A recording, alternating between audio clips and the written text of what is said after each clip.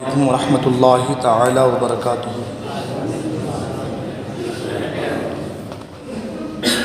الحمد للہ وکفا، سلام علی عبادہ الذین اصطفیٰ، اما بعد فاعوذ باللہ من الشیطان الرجیم بفضلک بسم اللہ الرحمن الرحیم۔ والذی جاء بالصدق وصدق به اولئک هم المتقون۔ آمنت باللہ، صدق اللہ المولانا العلی العظیم، وصدق رسولہ النبی الامین الامی المکین المتین المبین الرؤوف الرحیم الکریم۔ درود پاک پڑھیں، اللہم صلی علی سیدنا مولانا محمد معدن الجود والکرم وآلہ الکرام وابنہ الکریم بارک وسلم صلو علیہ صلاۃ و سلام علیک یا رسول اللہ صلی اللہ تعالی علیہ وسلم۔ حضرات محترم، آئیے سب سے پہلے حصول برکت کے لیے نعت سرور کونین صلی اللہ تعالی علیہ وسلم کے بلکہ منقبت سیدنا ابوبکر صدیق رضی اللہ تعالی عنہ کے کچھ اشعار آپ کے سماعتوں کے حوالے کروں۔ توجہ کا طالب ہوں، توجہ کے ساتھ سماعت فرمائیں۔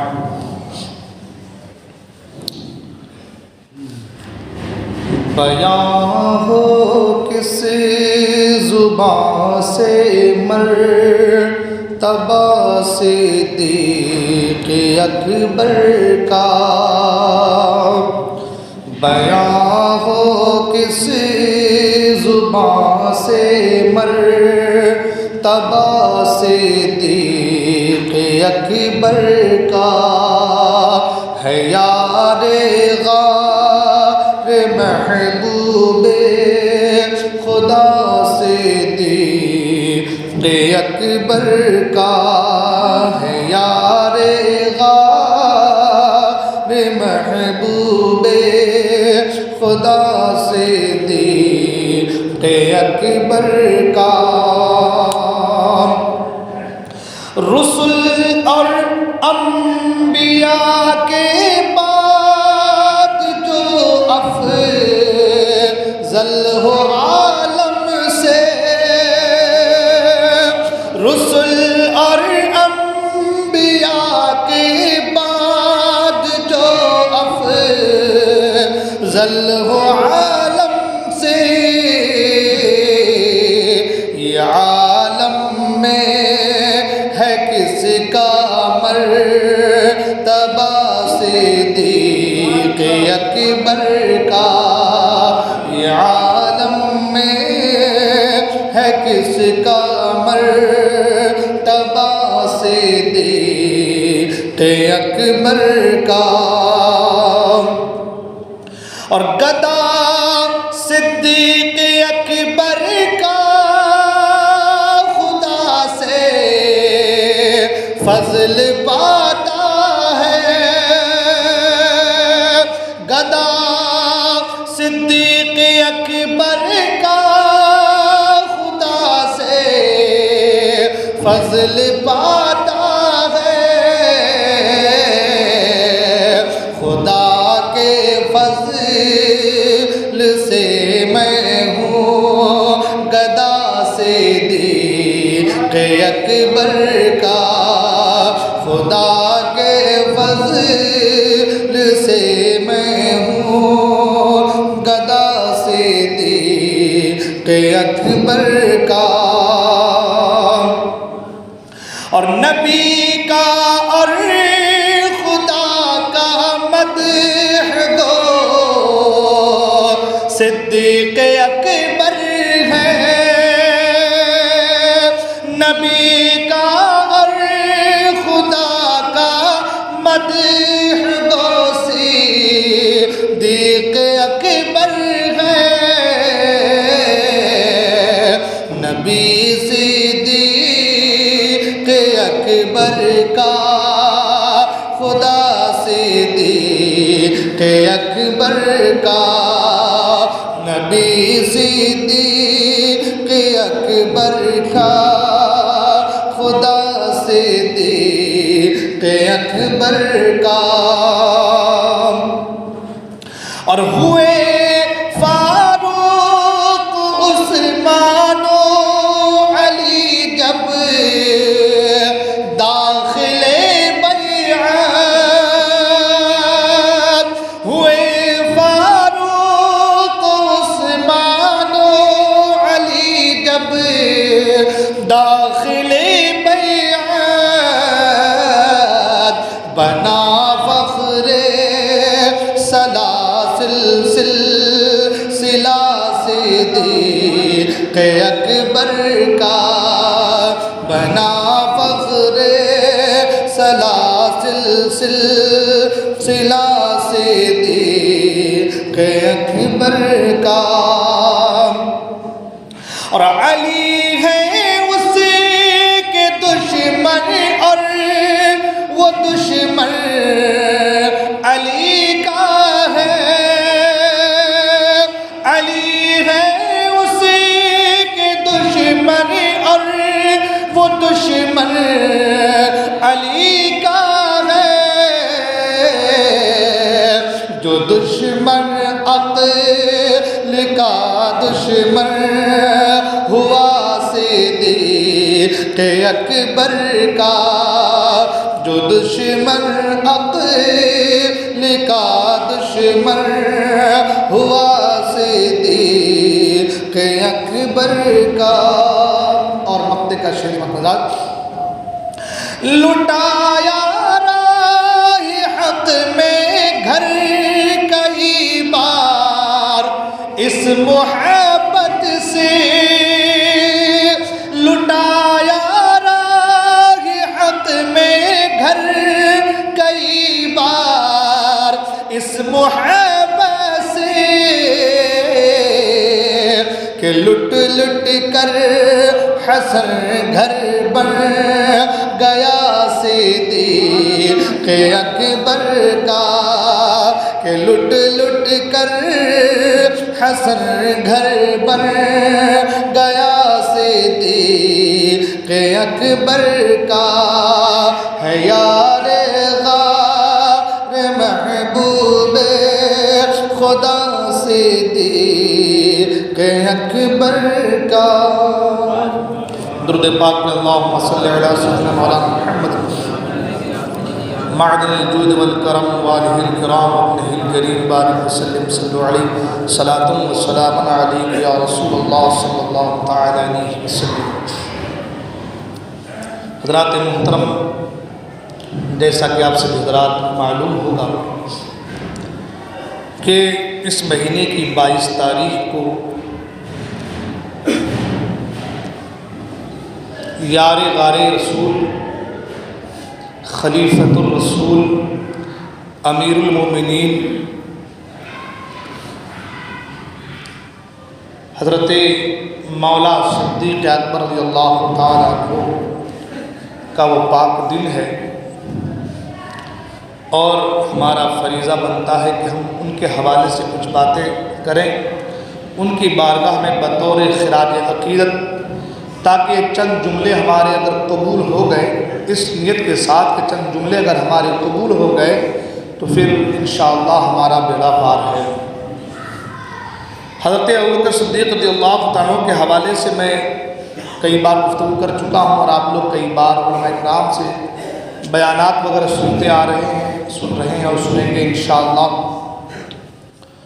آج کا جو ہماری گفتگو ہے وہ صرف ایک صراحتاً چند باتیں، اس لیے کہ ٹاپک جو ہمارا چل رہا ہے وہ دین، مذہب اور سیاست کے حوالے سے، لیکن کیونکہ صدیق اکبر رضی اللہ عنہ کی بات آئی ہے اور ان کی بارگاہ میں خراج عقیدت نہ پیش کرنا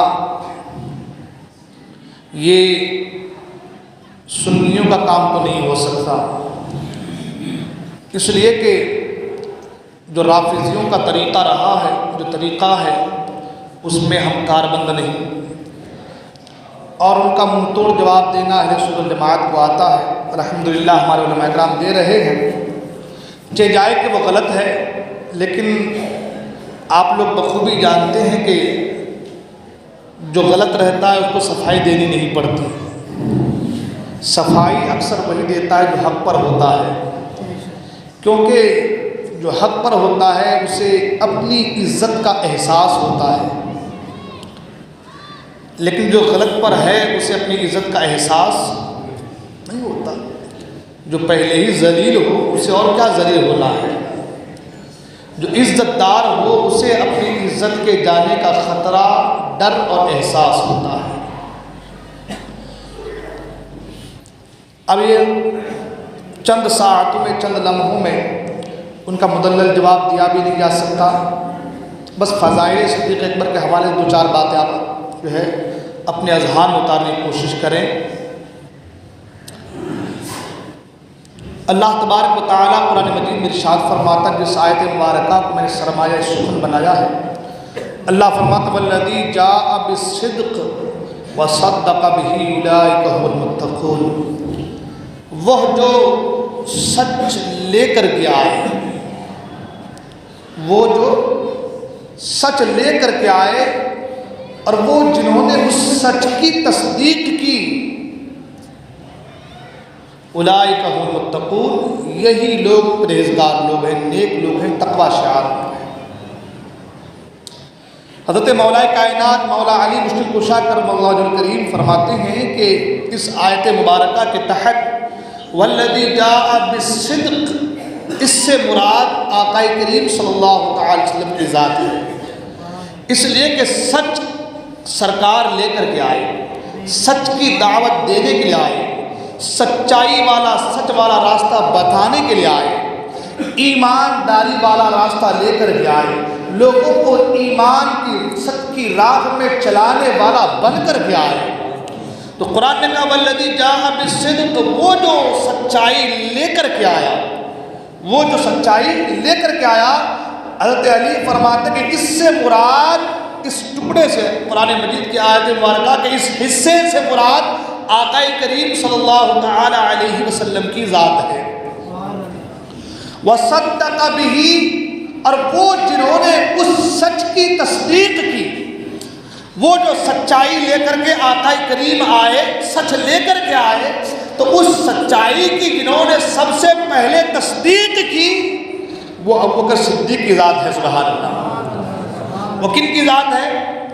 ابوبکر صدیق کی ذات ہے۔ حضرت علی فرماتے کہ وہ صدق بہ سے مراد ابوبکر صدیق ہیں، والذی جاء بالصدق سے مراد آقا کی ذات، اور صدق بہ سے مراد آقا کے یار غار ابو بکر کی ذات۔ اور قرآن نے کہا اولئک هم المتقون، یہی متقی لوگ ہیں، یہی پرہیزگار لوگ ہیں، یہی تقوی شعار لوگ ہیں۔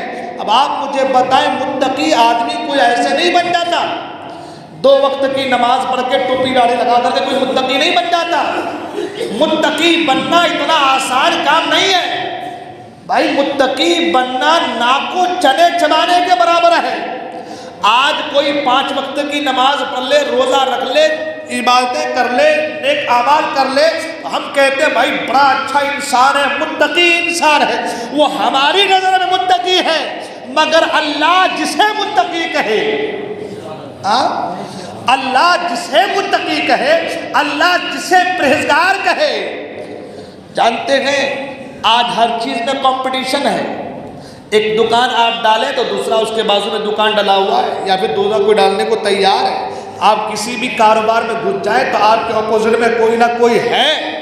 اللہ نے ساری کائنات کی تخلیق فرمائی، اور اس کائنات میں زمین بھی ہے، آسمان بھی ہے، 18,000 مخلوقات ہیں، مگر 18,000 مخلوقات میں اللہ نے جنہیں متقی کہا ہے وہ صدیق اکبر کی ذات ہے۔ سبحان اللہ۔ اللہ نے جسے متقی کہا ہے، جسے پرہیزگار کہا ہے، وہ صدیق اکبر کی ذات ہے۔ اب اگر کوئی اٹھا کے صدیق اکبر کی شان میں گستاخی کرے تو ہم اس کی نہیں مانیں گے، ہم قرآن کی مانیں گے۔ اس لیے کہ جو متقی ہوگا وہ نمازی بھی ہوگا، جو متقی ہوگا وہ انسان اپنے آپ کو گناہوں سے بچانے والا بھی ہوگا، جو متقی ہوگا ہر برائی سے اپنے آپ کو بچانے والا ہوگا، نیکیوں کے راستے پر چلنے والا ہوگا، کسی کے مال کو غصب نہ کیا ہوگا، کسی پر تہمت نہ لگایا ہوگا، کسی پر ظلم نہ کیا ہوگا، انصاف احسن طریقے سے کیا ہوگا، عدل کے ترازو کو پیمانے کو تھامے رکھا ہوگا۔ جو متقی ہوگا یہ تمام اوصاف ان کے اندر آنا ضروری ہے۔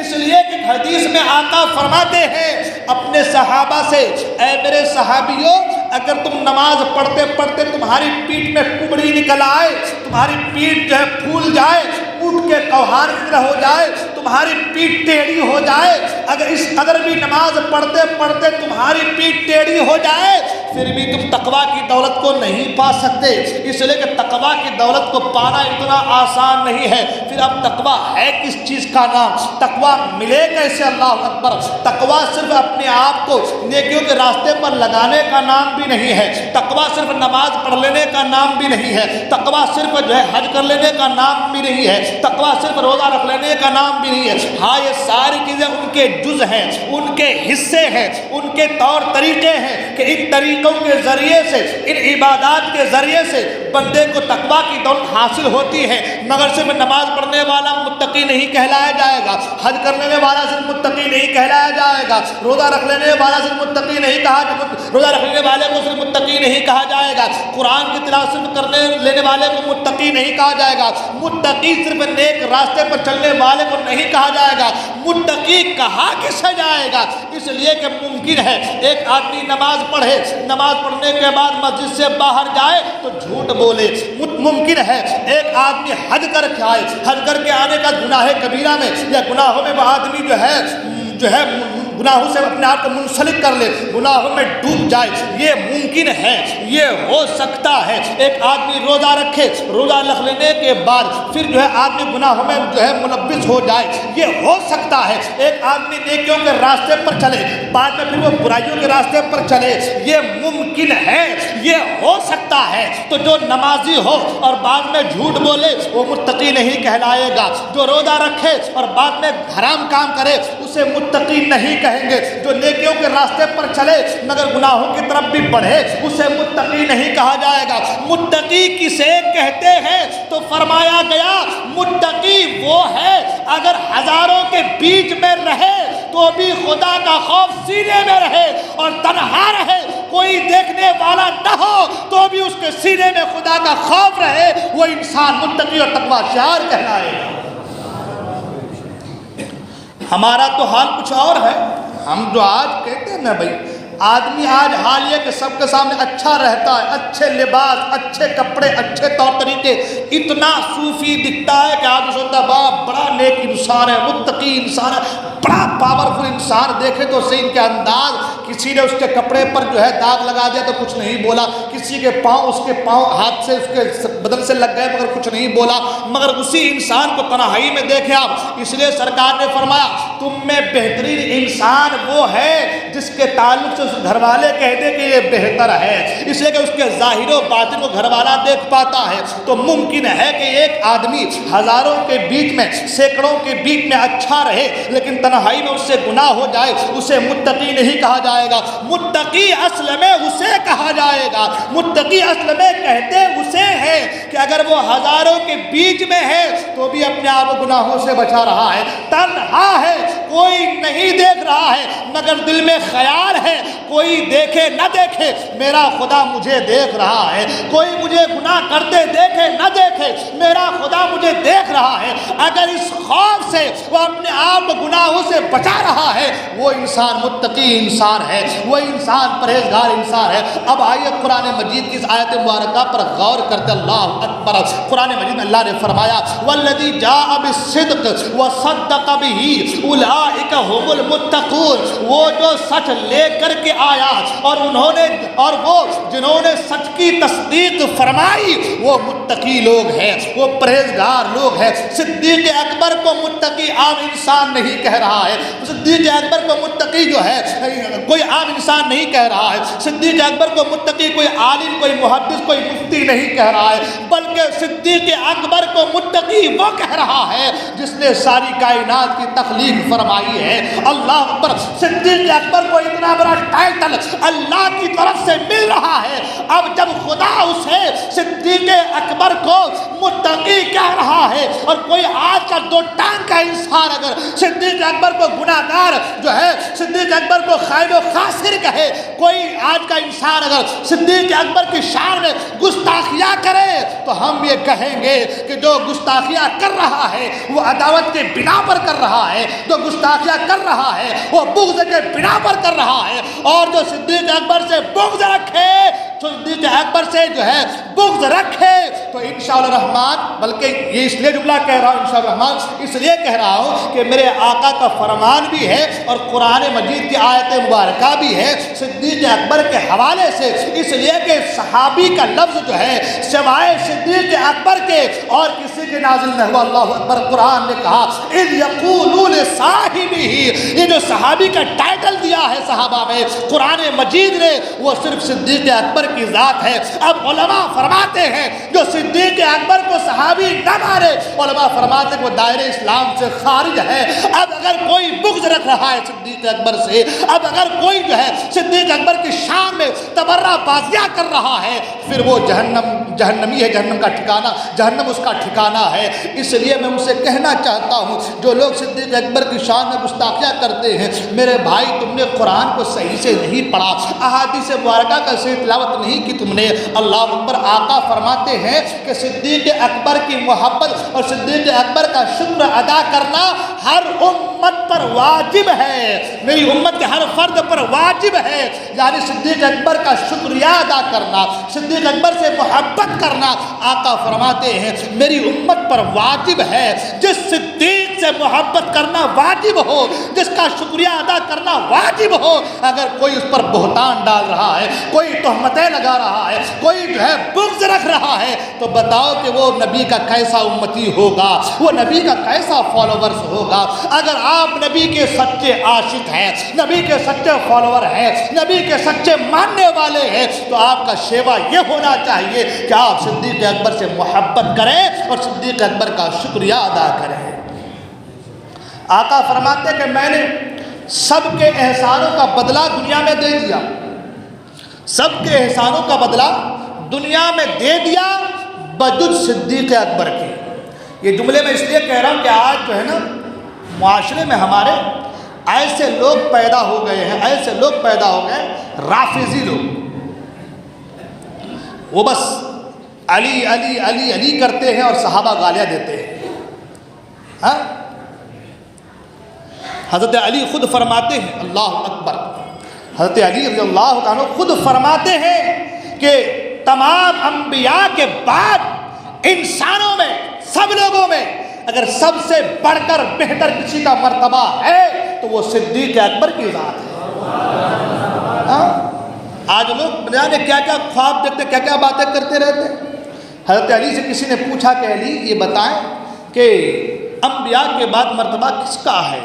حضرت علی نے فرمایا کہ تمام نبیوں کے بعد، انبیاء و مرسل کے بعد سب سے بڑھ کر مرتبہ صدیق اکبر کا ہے، پھر اس کے بعد عمر فاروق کا ہے، پھر کسی نے کہا کہ علی اور آپ کا مرتبہ؟ اس وقت عثمان غنی شہید ہو چکے تھے، آپ چاہتے تو کہہ دیتے کہ عثمان غنی کا مرتبہ، مگر آپ نے کیا کہا؟ عثمان غنی کا نام بھی نہیں لیا اور مسئلہ بھی حل فرما دیا۔ سبحان اللہ! آپ نے فرمایا کہ تم میرے تعلق سے کہتے ہو، میں تو ایک عاجز بندہ ہوں۔ اللہ اکبر! وہ جو جنہیں سرکار نے کہا کہ میں علم کا شہر ہوں، علی اس کے دروازے ہیں، وہ کہتے ہیں کہ میں اللہ کا عاجز بندہ ہوں۔ اور آج کل کا یہ دو ٹانگ مسلمان علی مرتضیٰ کی ذات کو عمر فاروق و بکر صدیق کی ذات سے اعلیٰ بتانے کے لگے ہوئے، تلے ہوئے۔ امام زین العابدین رضی اللہ تعالیٰ عنہ سے کسی نے پوچھا کہ ابو بکر کے بارے آپ کیا کہتے ہیں؟ امام زین العابدین کو جانتے ہیں نا، امام حسین کے بیٹے. ہاں کسی نے پوچھا ابو بکر کے بارے آپ کیا کہتے ہیں؟ آپ سمجھ گئے کہ یہ اس ٹائپ کا آدمی ہے. ہاں آپ نے فرمایا کہ آپ صدیق اکبر کی بات کر رہے ہیں. آپ نے کہا کہ آپ صدیق اکبر کی بات کر رہے ہیں. اس نے کہا آپ بھی ان کو صدیق کہتے ہیں؟ اس نے کہا کہ حضور آپ بھی ابو بکر کو صدیق کہتے ہیں؟ حضرت امام حسین العابدین کا فرمان سنے سبحان اللہ. آپ فرماتے ہیں میں ان کو کیا صدیق کہوں؟ ان کو صدیق تو مصطفیٰ کریم نے کہا ہے سبحان اللہ. ان کو صدیق تو ابو بکر، ان کو صدیق تو عمر فاروق عثمان غنی مولائے کائنات نے کہا ہے. جن کو صدیق مولائے کائنات کہے اور جن کو صدیق قرآن کہے اسے ہم صدیق نہ کہیں تو اور کیا کہیں؟ مگر لوگوں کو اپنا کاروبار میں چلانا رہتا ہے، اپنا دھندا چلانا رہتا ہے. ہاں دھندے کے پیچھے تو لوگ بڑے پڑے ہوئے نا. دھندا چلنا ہے اپنا گورکھ دھندا، چاہے وہ اچھے طریقے سے ہو چاہے بہتر جو ہے برے طریقے سے. دو ہی طریقے ہوتے ہیں دنیا میں نام کمانے کے، دو طریقے. بہت اچھا آدمی ہے تو اس کے فالوورز جیلانی میاں سرکار کو دیکھ لیں، تو تاج الشریعہ کو دیکھ لیں. ہاں آپ نے ابھی تک خادم حسین ندوی کو نہیں دیکھا مگر فالوور آپ ان کے پورے دنیا میں. ہاں ڈاکٹر آصف اشرف جلالی کو آج تک آپ نے نہیں دیکھا لائیو آمنے سامنے مگر پوری دنیا جانتی ہے. ہاں تاج الشریعہ کو کتنے لوگوں نے نہیں دیکھا مگر پوری دنیا جانتی ہے. تو کسی کے اوصاف اور کردار اور خصائص کی وجہ سے اچھا ہو تو جانا جاتا ہے اور اس کے کردار خراب ہو تو بھی جانا جاتا ہے. ذاکر نائک کو دیکھا ہے ہاں مگر جانتا ہے آدمی. ہاں مگر آدمی جانتا ہے وجہ اس کی خرابیوں کی وجہ سے. ہاں ہلاکو خان کو آپ نے نہیں دیکھا، ہم نے نہیں دیکھا مگر اس کے کردار کے ظلم کی وجہ سے پوری دنیا جانتی ہے. ہاں تو کہنے کا دو ہی طریقے ہوتے ہیں فیمس ہونے کے، ایک تو اچھا راستہ چنو، ایک خراب راستہ چنو. تو جو اچھا راستہ چنتا ہے وہ صبح قیامت تک کامیاب ہے بلکہ قیامت کے بعد بھی کامیاب ہے. اور جو خراب راستہ چنتا ہے وہ یہاں بھی ذلیل و خوار ہے، وہاں بھی ذلیل و خوار اور وہاں بھی ذلیل و خوار ہوگا انشاءاللہ. تو یہ ذلیل قسم کے لوگ ہوتے ہیں جو تبرہ بازیاں کرتے، جو صحابہ کرام کی شان میں گستاخیاں کرتے ہیں. حضرت ابوبکر صدیق، ابھی تو تمہیدی جملے میں بات ابھی یہاں تک پہنچ گئی، ٹائم بھی ہمارا 25 کے قریب پہنچ گیا، 26 ہو گیا. ابھی تمہیدی جملے تھے، میں نے بھی ان کے پیدائش کے حوالے سے، ان کے ایمان لانے کے حوالے سے کچھ باتیں کی نہیں. ایک واقعہ آپ سن لیں پھر انشاءاللہ جو ہے اختتام کے قریب پہنچیں گے انشاءاللہ. کیونکہ مسئلہ یہ ہے کہ ٹائم بہت زیادہ ہو جا رہا ہے. میرے پاس بات آئی کہ اگر ٹائم بہت ہو رہا ہے تو آپ جلدی ختم کر دیں، تو انشاءاللہ 35 کو آج انشاءاللہ ختم کر دیں گے اپن.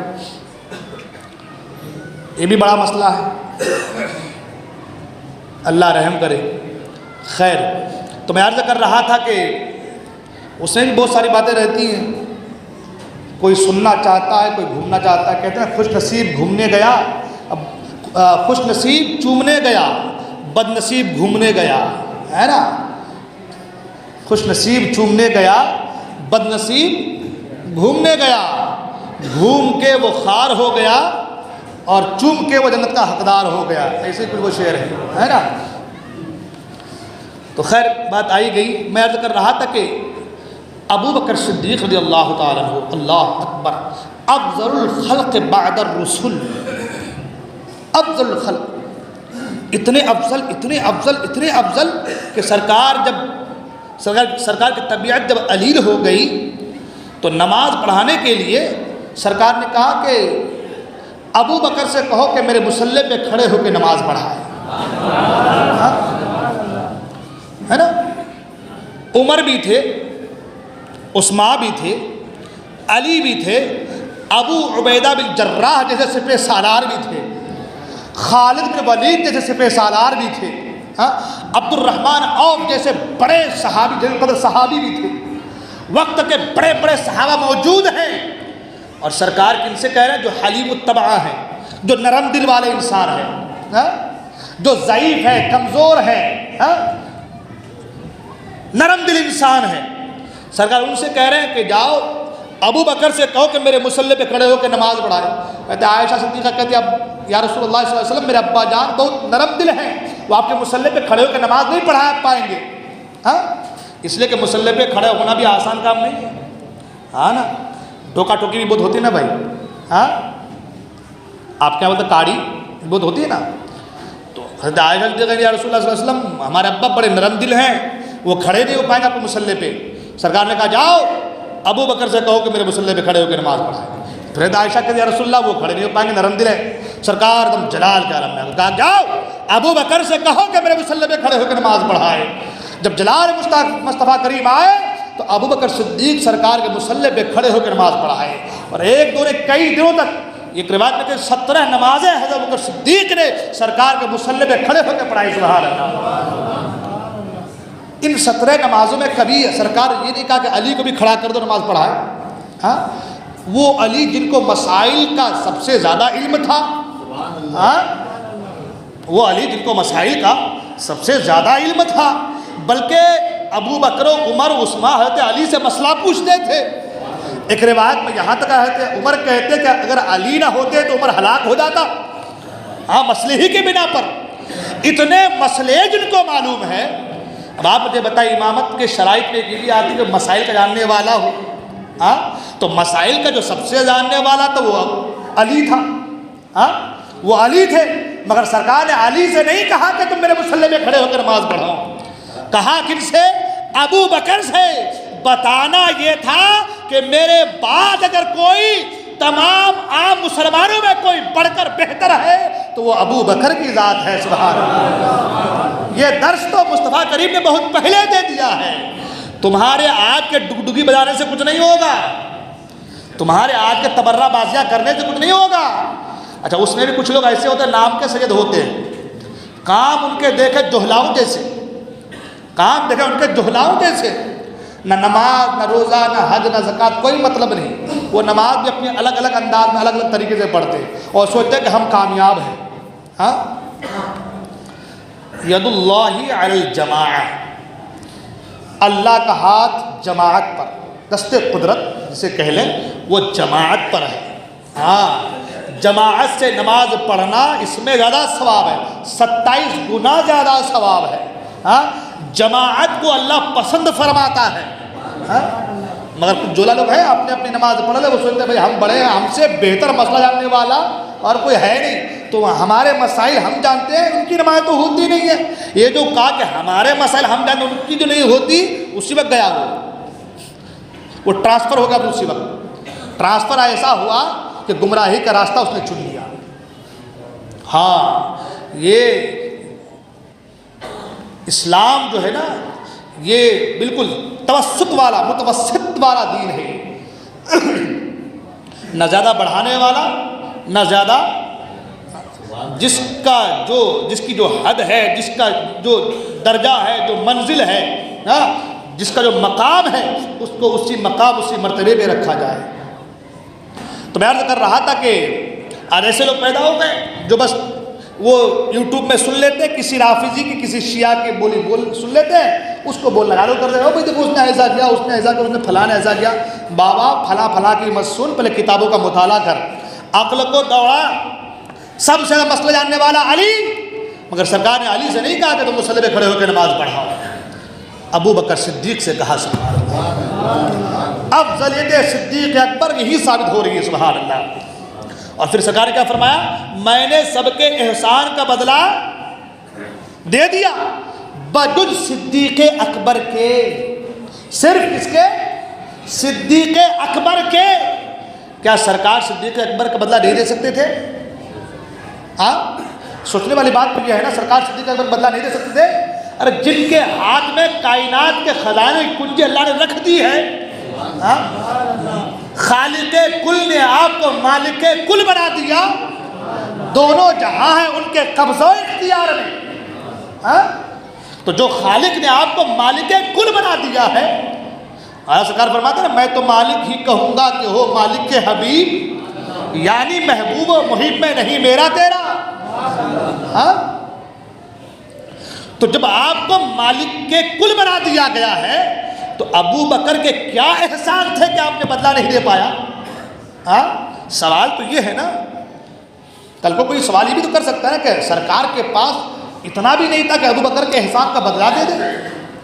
ہاں سرکار دینا جانتے ہیں اور دینا چاہیں تو دے بھی سکتے ہیں, مگر شان صدیق اکبر بیان کرنا ہے. سبحان اللہ. کیوں بیان کرنا ہے؟ کیوں بیان کرنا ہے؟ ہمارے حاجی حضرات جو حج کرنے گئے ہیں وہ جانتے ہیں ماشاءاللہ, جو غار ثور ہے نا, جہاں پہ سانپ تھا, میں واقعہ نہیں بتاؤں گا, بس ایک جھلک, پھر آپ خود دماغ لگائیں اور دل کے گہرائی سے بالکل سمجھنے کی کوشش کریں. غار ثور جو ہے, وہ جو پہاڑ ہے, تقریباً 5000 فٹ اونچائی پر ہے وہ جگہ. کتنی جگہ پہ؟ کیا اونچائی اس کی؟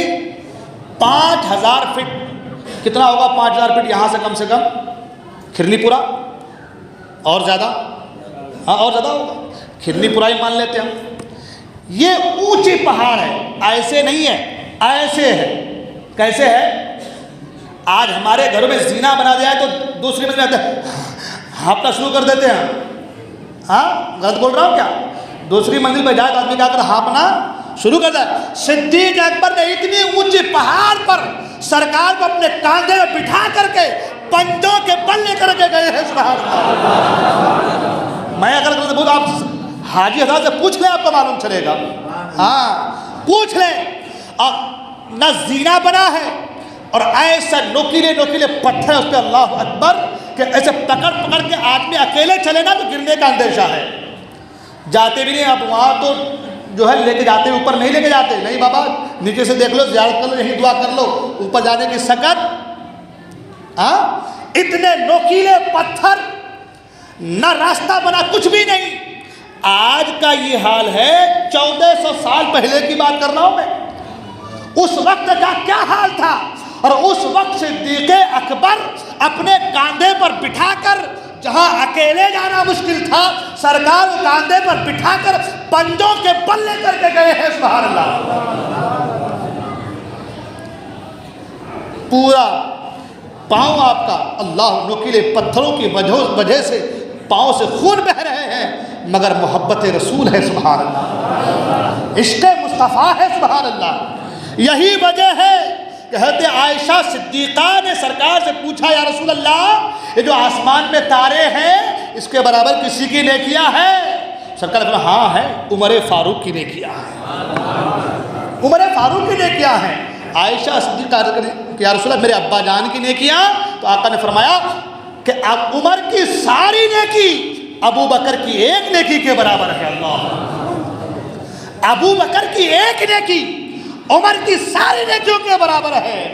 جس عمر کی اتنی نیکیاں آسمان کے تاروں کے برابر, مگر ساری نیکیاں ایک طرف, ابو بکر کی ایک نیکی ایک طرف ہے. سبحان اللہ. خود حضرت عمر فاروق اعظم سے پوچھا گیا, آپ نے خود فرمایا تھا, میں میرے بارے کیا کہوں, وہ جو ابو بکر صدیق نے ایک رات جو غار ثور میں سرکار کے ساتھ گزارا ہے, اس ایک رات کی نیکیاں ایک طرف ہے, اور میری زندگی کی ساری نیکیاں ایک طرف ہیں.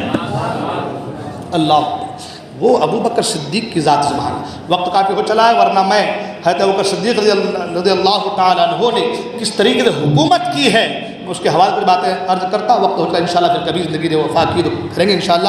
اللہ تعالیٰ کی بارگاہ میں دعا ہے, اللہ تعالیٰ ہم تمام کو کہنے سننے عمل کرنے کی توفیق عطا فرمائے, اپنے حبیب سے ہمارے گناہوں کو معاف فرمائے. حضرات رک جائیں, ایک